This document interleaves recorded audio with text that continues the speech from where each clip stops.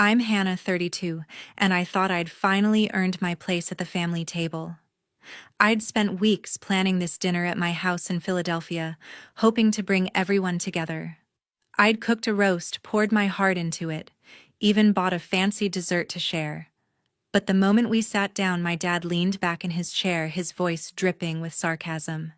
"Still living off us, huh?" he said loud enough for everyone to hear. The room went quiet for a split second, then my mom laughed, a sharp, cutting sound that hit me like a slap. My sister and her husband smirked, their eyes flicking to each other like they were in on some private joke. Even my little niece sitting at the end of the table looked confused, her fork frozen midair. My roast sat untouched, the dessert ignored. I felt my face burn, the weight of their laughter pressing into me. They thought I was a joke, like I was still the kid who needed their help, not the woman who'd built her own life. I didn't argue. I didn't yell. I just pushed my chair back, the scrape against the floor louder than their chuckles. I grabbed my coat and walked out, their voices fading behind me. But that night something snapped. I wasn't going to let that slide. What could I do to make them see I wasn't the one leaning on them? Before we go on, let me know what time it is and what city you're watching from. I read every comment, and it truly means a lot to see how far my story reaches. Don't blink. You won't believe what happened next. I've always prided myself on standing on my own 2 feet. I'm a graphic designer in Philadelphia running my own freelance business. It's not glamorous, but it pays the bills, good ones too. I've got a condo in Center City, a sleek 2-bedroom I bought 3 years ago with my own savings. It's worth a lot, and renting it out at market price could easily pull in $2,800 a month. But I don't rent it to strangers. I let my family stay there. My dad, my mom, my sister, her husband, and their 6-year-old daughter for just $600 a month. I thought I was doing them a favor, keeping the family close, helping them out. Turns out that was my first mistake. My family's always had a way of making me feel like I'm less than them. Growing up, my sister was the golden child. She could do no wrong, straight A's cheerleader, the one who got all the attention at every family gathering. I was the quiet one, sketching in my room, never quite measuring up in their eyes. Even now, with my business thriving and a condo in my name, they act like I'm still the kid who needs their guidance. My sister Nicole works part-time at a boutique, barely scraping by. Her husband Brandon drives for a delivery service, always complaining about his hours. They live in my condo with my parents, who retired early and don't have much saved. I figured letting them stay for $600 a month was my way of giving back, especially for my niece Chloe, who I'd do anything for. That condo's prime real estate, but I never pushed them to pay more, even when my accountant warned me I was losing money. Last month, I went all out for a family gift. I designed custom prints for everyone, framed artwork personalized with their names and favorite colors. I spent hours on them, thinking it'd be a nice gesture, something to show I care. I dropped them off at the condo, excited to see their reactions. My mom glanced at hers, muttered a quick "thanks," and set it aside. My dad didn't even open his. Nicole said she'd hang hers in Chloe's room, but I later saw it stuffed in a closet, still wrapped. Brandon just nodded like it was no big deal. Chloe was the only one who seemed thrilled, hugging me and saying she'd put hers above her bed.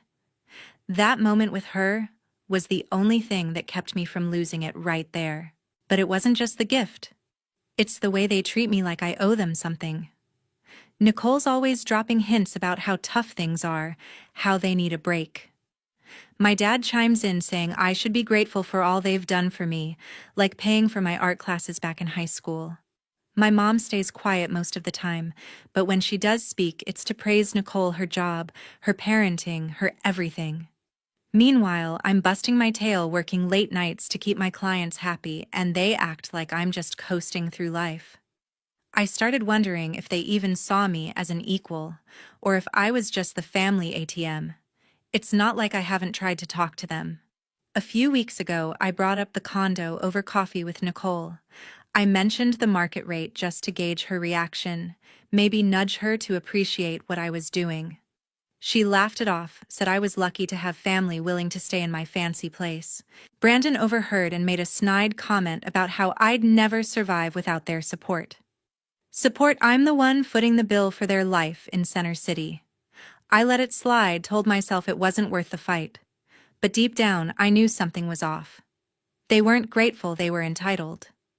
I started paying closer attention. Little things added up. Nicole would post about her perfect life online, showing off the condo like it was hers. She'd tag designer brands, acting like she could afford them when I knew she was barely paying her share of the rent. My dad would call to ask for a little extra for repairs, but I'd find out later the condo was fine, they just wanted cash. My mom never backed me up, always siding with Nicole like I was the one asking for too much. It was like they thought I owed them that condo, that I was supposed to keep handing over my hard-earned money because we're family. I confided in my boyfriend Tyler about it one night. He's 33, a marketing consultant who's always had my back. We've been together 2 years and he's seen how my family treats me. He didn't sugarcoat it. Hannah, he said, they're taking advantage of you. You're not their landlord, you're their bank.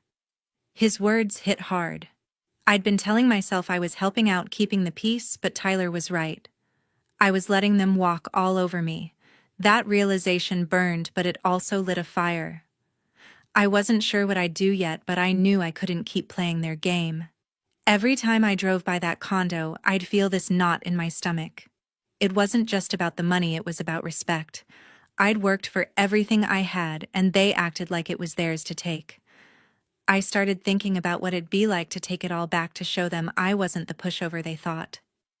A few days after I started questioning my family's entitlement, I got a call from Tara, a mutual friend who works with Nicole at the boutique. We weren't close, but she'd always been friendly enough. "Hannah, you need to hear this," she said, her voice tense. She'd accidentally seen a group chat on Nicole's phone when they were closing up the shop. Nicole had sent a message to a few friends bragging about how she was playing me. "Hannah's such a pushover," the message read. "We're living in her Center City condo for just $600 a month, a steal for a place worth almost $3,000. She's too naive to charge us more. We've got this in the bag." Tara forwarded me a screenshot and I felt my stomach drop. The words stared back at me, cold and smug. My own sister laughing at how she was taking advantage of me. Tara apologized, saying she didn't mean to stir drama, but she thought I deserved to know. I thanked her, my voice steady, but inside, I was reeling. Naive, a pushover. I'd been giving them a deal that saved them thousands every year, thinking I was helping family.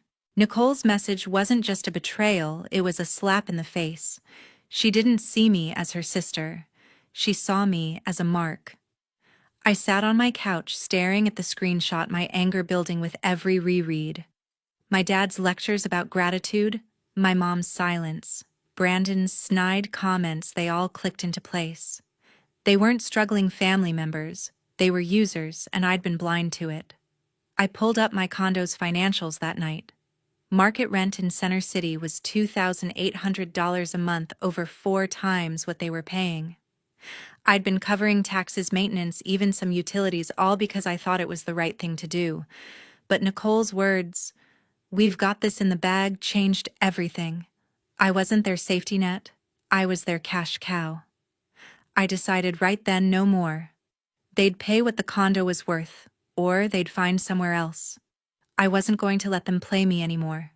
The next evening, I called them to the condo for a meeting. Nicole, Brandon. My dad and my mom sat on the couch looking annoyed, like I was wasting their time. Chloe was at a friend's house, which was probably for the best. I didn't beat around the bush. "The rent's going up," I said, my voice firm. "Starting next month, it's $2,800. That's what the market demands. Pay it or you're out in 30 days. Nicole's eyes widened, her mouth opening like she couldn't believe it. Brandon leaned forward, his voice sharp. "You're serious? We're family, Hannah." My dad's face turned red, his jaw tight. "This is how you repay us, after all we've done." My mom just looked down, her hands folded, not saying a word. I didn't back down. I've been carrying you for years, I said. I'm done subsidizing your life. Nicole's voice went high, almost panicked. We can't pay that. You know we can't. I crossed my arms. Then you'll need to find a new place. I'm not your charity anymore. Brandon muttered something, his eyes narrowing, but I didn't catch it. My dad stood up, pointing at me. You're ungrateful, you know that. We gave you everything? I met his gaze. My pulse racing, but my resolve solid. You gave me lessons in hard work. Now I'm using them. The texts started flooding in that night. Nicole sent a novel-length message accusing me of tearing the family apart and choosing money over love. Brandon called me selfish, saying I'd pay for this. My mom sent one line, think about your niece. That one hit hard, but I saw it for what it was, a guilt trip. Chloe wasn't the issue. Her parents were. I didn't reply. I was done justifying myself. But 2 days later, my dad called, his voice low and furious. Why was the rent cut off? He barked like he thought I'd cave. I took a deep breath, my tone ice cold. I'm done living off you, I said, throwing his words from that dinner back at him. Pay the new rate or start packing. He didn't see that coming. There was a long silence. Then he exploded. You can't do this. We're your family. You owe us. I let him yell, his words bouncing off me. I'd heard it all before, how I owed them for my childhood, my art classes, my existence. But this time, it didn't shake me. I'd seen the truth in that screenshot, and it cut deeper than their guilt trips. 30 days, I said calmly. Pay or leave. I hung up my hand, steady now. They thought they could keep manipulating me, but they were wrong. I saved Tara's screenshot and emailed it to myself along with the lease agreement. If they wanted a fight, I'd be ready. Nicole's message had lit a fire I couldn't put out. I wasn't just angry, I was done. They'd taken my generosity, my trust, and twisted it into something ugly. I knew they'd push back, maybe even harder than before, but I wasn't the pushover they thought. I spent the next morning reviewing my financials again, making sure every detail was in place. If they didn't pay, I'd move forward with the eviction process. The line was drawn, and I was holding it firm. The dust hadn't even settled from my showdown with my dad when things took a nastier turn. The next morning, my phone lit up with notifications. Nicole had posted on Instagram a photo of my condo's kitchen, my kitchen, with a caption that hit like a gut punch. My sisters turned into a greedy landlord, she wrote, raising our rent to $2,800 just to squeeze us dry. So ungrateful. The post was public, gaining traction with likes from her friends and cousins I barely knew. Comments piled up. That's heartless family. Doesn't do that. What a money grubber. I sat on my couch, scrolling through, my chest tightening. Nicole had twisted the story, hiding how I'd let them live in my Center City condo for only $600 a month for years, saving them thousands. I didn't take the bait and comment. I knew arguing online would only fuel her narrative. Instead, I saved screenshots of the post and every comment, storing them in a folder for safekeeping. That evening, my phone buzzed with a text from a blocked number. Push this further and your condo won't stay so perfect, it said. My pulse spiked. The message didn't name the sender, but I immediately thought of Brandon. His temper had always been short, and the way he'd sneered during our last meeting screamed bad news. I stared at the text, my anger mixing with unease. This wasn't just a tantrum, they were trying to bully me. I called my boyfriend Tyler, who was wrapping up a meeting downtown. I read him the text, my voice steady despite the knot in my stomach. They're lashing out because you stood up to them, he said, his tone calm but serious. Don't let them rattle you, Hannah. You're doing what's fair. We talked for a while, and he urged me to keep records of everything, the post, the text, even our lease agreement. They're playing dirty, he said. You need to stay one step ahead. Tyler's support was my anchor. He'd seen my family's guilt trips firsthand, how they'd make me feel like I owed them everything. He offered to come over the next evening to help me plan my next move, and I felt stronger knowing he was with me. The following day, I went to the condo to address a maintenance issue. They'd reported a flickering light in the hallway. I let myself in expecting to find someone home, but the place was quiet. My dad was likely at his part-time job, my mom was probably shopping, and Nicole and Brandon were out. Chloe was at school, leaving the condo empty. I replaced the light bulb in minutes, but as I passed through the living room, something stopped me cold. My cream-colored sofa had a bold, jagged scribble across one arm drawn in black permanent marker. My heart sank. This wasn't a mistake.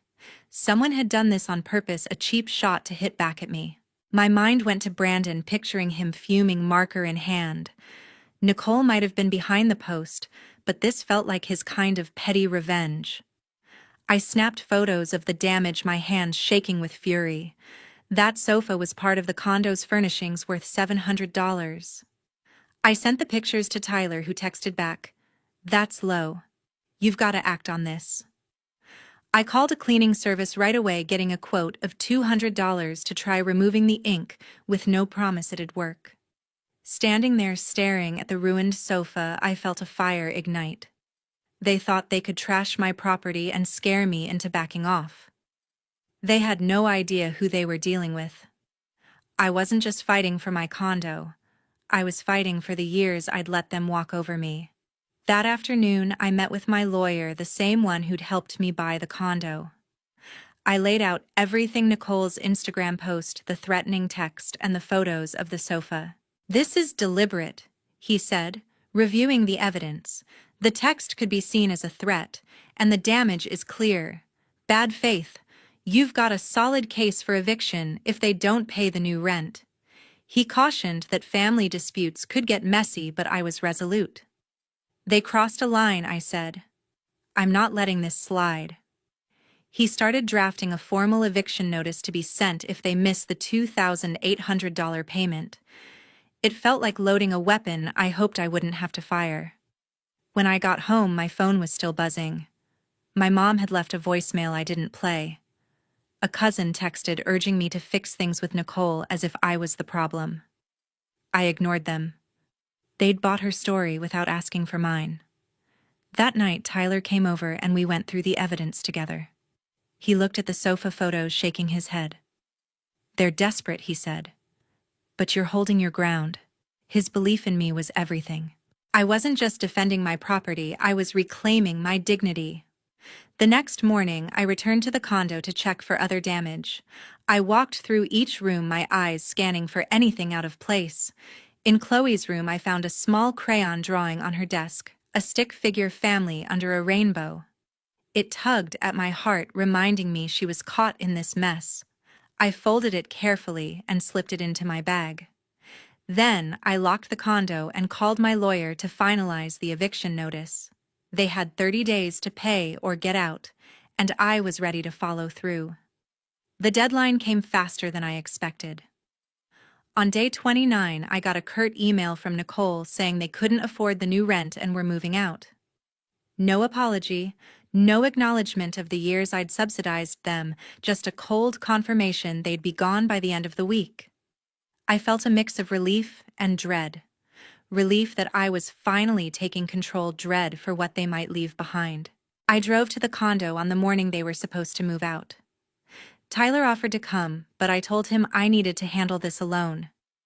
The building's doorman buzzed me in his face, neutral but his eyes curious. When I unlocked the door, the condo was silent, the air heavy with the absence of my family. My dad, my mom, Nicole, Brandon, and Chloe were gone. The furniture I'd provided was still there, but the place felt stripped, like they'd taken more than just their belongings. I walked through the living room, bracing myself for what I might find. The sofa, still marked with that ugly black scribble, sat as a reminder of their spite. But it was in the hallway that I stopped dead. The full-length mirror I'd installed near the front door was shattered, a spiderweb of cracks radiating from the center. A single word was scratched into the glass: greedy. My breath caught. This wasn't an accident, it was a final jab, probably from Brandon, though I couldn't prove it. I stood there staring at the broken mirror, my anger flaring but quickly giving way to resolve. They thought this would break me, make me feel guilty. It didn't. It only proved I'd made the right call. I took photos of the damage, adding them to the folder with Nicole's post, the threatening text, and the sofa pictures. My lawyer had warned me they might try something like this, and he'd been right. I called him from the condo, my voice calm but firm. "They're out," I said. "But they left a mess." "What's next?" He told me to document everything and file a claim for damages if I wanted to pursue it. I wasn't sure yet, but I knew I wasn't letting this slide. Cleaning up their mess took the rest of the day. I swept up the glass from the mirror, careful not to cut myself, and scheduled a repair service to replace it. The quote was $300, another expense they'd forced on me. The sofa was beyond saving, so I arranged for a hauler to pick it up. As I worked, I found small traces of Chloe, a forgotten hair tie, a glittery sticker on the fridge. Each one stung, but I reminded myself she wasn't the problem. My niece was just a kid caught in her parents' chaos. I kept her crayon drawing from the desk, tucking it into my bag with a pang of guilt. I wanted to reach out to her, but not now, not while Nicole and Brandon were still twisting the narrative. By the next morning, I was ready to move forward. I contacted a real estate agent I'd worked with when I bought the condo. I told her I wanted to rent it out at market rate, $2,800 a month. She didn't hesitate. "That's a fair price for Center City," she said. "We'll have tenants lined up in no time." She was right. Within 2 days, she'd posted a listing online and inquiries started pouring in. I spent the weekend reviewing applications, determined to find someone who'd respect the place. One couple stood out, a young doctor and her husband, both professionals with solid references. They loved the condo's location and were happy to pay the full rent. I met them for a walkthrough, and their excitement was a stark contrast to my family's entitlement. It felt like a fresh start. The paperwork took a few days, but by the end of the week, I'd signed a lease with the new tenants. They'd move in the following month, paying $2,800 on the first of every month. Standing in my apartment, I looked at the empty condo, now cleaned and prepped for its new occupants. The broken mirror was gone, replaced with a new one that gleamed under the hallway light. The sofa was hauled away, and I'd ordered a replacement, though I'd let the tenants choose their own if they wanted. For the first time in years, the condo felt like it was mine again, not a burden I was carrying for my family. I called Tyler that night to tell him the news. "You did it," he said, his voice warm with pride. "You took back what's yours." We talked about the future, our future, and how this was just one step toward building something new. He'd been my rock through all of this, and I knew he'd be there for what came next. I hung up feeling lighter than I had in months. The weight of my family's expectations was gone, replaced by a quiet confidence. Before I left the condo, I walked through one last time, checking every corner. In the kitchen, I found a small note tucked under a magnet on the fridge. It was in Chloe's handwriting, wobbly but clear. "I'm sorry, Aunt Hannah." My throat tightened. I folded the note and put it with her drawing. I didn't know how I'd navigate things with her, but I'd figure it out later. For now, I locked the door behind me and headed to my lawyer's office to drop off the damage photos. With the condo leased to new tenants, I felt like I could finally breathe again. The chaos my family left behind, the broken mirror, the scribbled sofa, the accusations, was fading into the background. A few weeks later, I heard through a mutual cousin that my dad, my mom, Nicole, and Brandon had moved in with my aunt in a cramped row house on the edge of Philly. The cousin didn't sugarcoat it. They were struggling. My dad's part-time maintenance work barely covered their bills, my mom wasn't working, and Nicole's boutique job wasn't enough to support her, and Brandon, let alone Chloe. They'd gone from my spacious Center City condo to sharing a single bathroom with relatives. Part of me felt a twinge of pity, but it passed quickly. They'd made their choices, and I wasn't responsible for fixing them. One quiet morning, I checked my mailbox and found an envelope with no return address. Inside was a letter in Chloe's wobbly handwriting, decorated with crayon hearts. "Dear Aunt Hannah," it read. "Thank you for letting us live in your house. I miss you. Love, Chloe." A small photo was tucked inside, showing her smiling at a park holding a stuffed bear. My heart ached. Chloe was only 6 too young to understand the mess her parents had created. I sat at my kitchen table rereading her words and felt a lump in my throat. I wanted to write back to tell her I missed her too, but I knew contacting her now would pull me back into their drama. Instead, I placed the letter and photo next to her crayon drawing from the condo, promising myself I'd find a way to stay in her life without letting Nicole or Brandon drag me down. The next few months were a whirlwind. Tyler and I threw ourselves into planning our wedding set for a crisp fall day at a small venue in Fairmount Park. We kept it simple, no lavish ballroom, just close friends and a few colleagues who'd become like family. I hadn't heard from my dad, my mom, or Nicole since they moved out, and I didn't invite them. It wasn't an easy decision, but it was necessary. Their actions, Nicole's public attacks, Brandon's threats, my dad's demands had shown me they didn't value me. Tyler supported me completely, never pushing me to reconcile. "You're building your own life now," he said one night as we finalized the guest list. They had their chance. His words settled something in me, a quiet certainty that I was doing the right thing. The wedding day arrived with a clear sky and a cool breeze. I walked down the aisle in a simple white dress, my hand in Tyler's, my heart steady. My best friend Sarah stood as my maid of honor, beaming as she adjusted my veil. The ceremony was short, but heartfelt, with vows we'd written ourselves. "Hannah, you're my home." Tyler said, his voice cracking just enough to make me tear up. I promised to stand by him, to build a life rooted in trust and respect. As we exchanged rings, I felt a weight lift, not just from the past year, but from years of carrying my family's expectations. The reception was a blur of laughter, music, and dancing under string lights. Sarah gave a toast, joking about my knack for sketching through stress, and our friends cheered. For the first time in a long time, I felt surrounded by people who saw me for me. After the wedding, Tyler and I took a weekend honeymoon in the Poconos, just the two of us in a quiet cabin. We talked about everything, our plans, our dreams, the life we wanted. I told him about Chloe's letter, and he suggested we could reach out to her when things settled, maybe through her school, to avoid her parents. It was a small spark of hope, a way to keep her in my life without reopening old wounds. Back in Philly, I checked on the condo. The new tenants, the doctor and her husband, were settling in, paying $2,800 each month without complaint. They'd even sent me a thank you note for the new mirror, saying it brightened the hallway. It was a small thing, but it felt like proof I'd made the right choice. Cutting off my family wasn't something I'd planned, but it was what I needed. My dad's lectures, my mom's silence, Nicole's entitlement, Brandon's vindictiveness, they'd pushed me to a breaking point. Letting them go wasn't about anger, it was about choosing myself. I'd spent years trying to please them, thinking that's what family did. But family isn't about taking advantage or tearing each other down. It's about respect, about showing up for each other. Tyler, Sarah, even Chloe, in her own way, they were my family, now the ones who valued me. I framed Chloe's letter and hung it in my office, a reminder of what mattered. As I sat at my desk, sketching a new design for a client, I glanced at it and smiled. Life wasn't perfect, but it was mine.